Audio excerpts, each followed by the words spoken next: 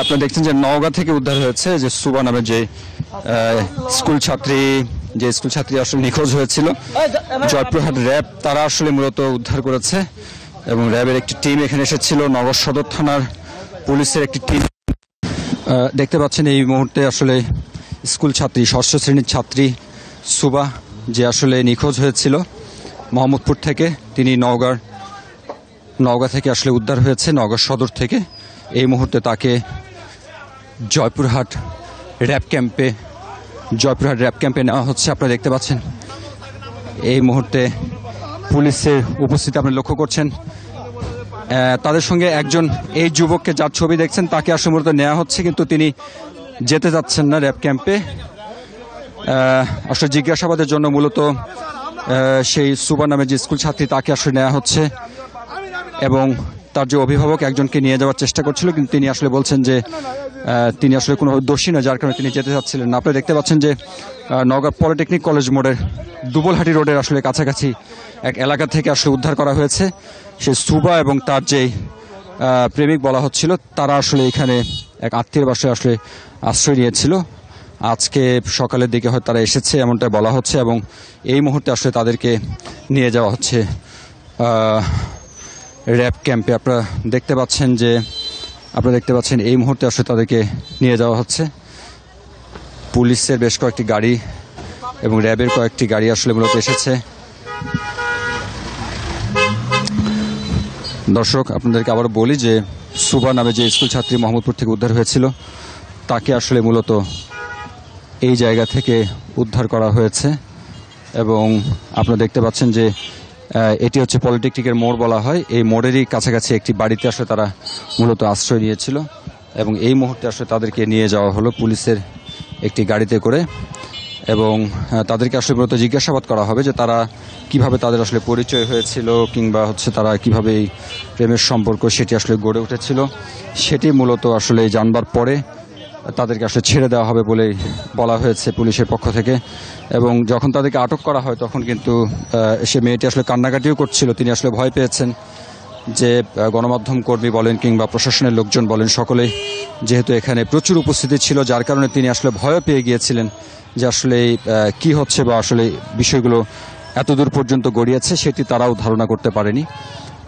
এইখানে আসলে উৎসুক যারা জনতা, তাদেরকে দেখতে পাচ্ছেন যে এই মুহূর্তে যেহেতু নিয়ে গেল, মানুষজন আসলে বুঝে উঠতে পারছে না যে কি বিষয় এখানে ঘটেছে, যার কারণে প্রচুর মানুষজন এখানে জমায়েত হয়েছিল।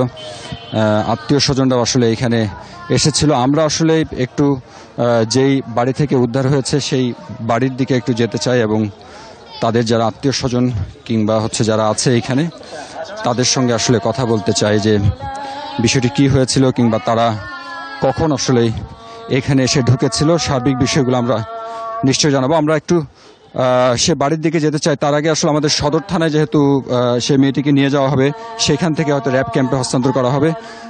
আমরা সেই জায়গাতে গেলে হয়তো আরও আপডেট খবর আপনাদেরকে জানাতে পারবো। আপনারা যে সামনের যে গলিটা দেখছেন, এর একটু সামনে আসলে একটি বাড়ি থেকে মূলত উদ্ধার হয়েছে।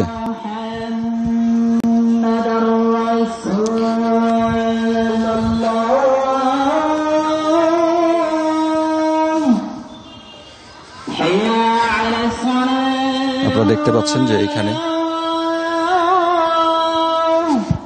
এখানে যে কলেজ ছাত্রী সুবা, সে আসলে মূলত যে বাড়িতে আত্মগোপন করেছিল, যে বাড়িতে এসেছিল, সে বাড়ি থেকে এই মুহূর্তে আসলে পুলিশ এবং র্যাবের টিম এসে আসলে তাকে নিয়ে গেছে এবং তারাও জানবার চেষ্টা করছে আসলে কিভাবে পরিচয় হলো কিংবা কিভাবে তাদের এই প্রেমের সম্পর্ক গড়ে উঠলো, সেই বিষয়গুলো তারাও আসলে জানবার চেষ্টা করছে। আপনারা দেখতে পাচ্ছেন যে এখানে যারা উৎসুক মানুষজন, উৎসুক যারা জনতা, তারাও কিন্তু এখানে আমরা প্রচুর সংখ্যক মানুষজন আসলে দেখতে পাচ্ছি। এই মুহূর্তে দেখতে পাচ্ছেন যে বাড়ি থেকে আসলে উদ্ধার হয়েছে, সেই বাড়ির আশপাশে প্রচুর সংখ্যক মানুষজন এখানে এসেছেন। এবং আমরা যদি একটু ভেতরের দিকে যাওয়ার চেষ্টা করি যে আসলে কিভাবে এই বাড়িতে তারা আসলেন কিংবা কিভাবে এখানে সন্ধান পেল র্যাব, সেই খবরগুলো যদি নেবার একটু চেষ্টা করি, যদি কারোর সঙ্গে কথা বলা যায়, যদি কারোর সঙ্গে একটু কথা বলা যায়, যদি কথা বলার সুযোগ থাকে, একটু আপনার সাথে কথা বলি একটু। মানে এই যে মেয়েটাকে উদ্ধার করা হলো আর কি, মানে কোথা থেকে আসছে, কার সঙ্গে আসছে একটু জানেন? না আমি জানি না বাবা, জানেন না? না আমি জানি না কে। আমরা আরেকজন, জি আমরা ওই হয়েছে বলে আমরা আলছি, আমরা অনেক দূর কাটলো। এখানে কি হলো, মূলত কি হয়েছিল এখানে? না বাবা আমি বলতে পারবো না, এলা এলা আমি কিছু বলতে পারবো না, আমরা এলা জানি না তো। তাহলে ওই যে ছেলে মেয়ে যে এখান থেকে উদ্ধার হলো, যে আমরা সেটা দেখিনি বাবা, কোয়া পারবো না, আমরা কোয়া পারবো না। আসলে এখানে যারা স্থানীয় যারা মানুষজন আছেন তারাও আসলে ভয় পেয়ে গেছেন, যার কারণে তারাও বলতে যাচ্ছেন না যে কি হয়েছিল বিষয়গুলো, সেটি আসলে তারাও বলতে যাচ্ছেন না। মোটামুটি এরকমটা ছিল। আমরা একটু সদর থানার দিকে যাবার চেষ্টা করি, সেখানে গেলে হয়তো আরো আপডেট কিছু তথ্য আপনাদেরকে দিতে পারবো।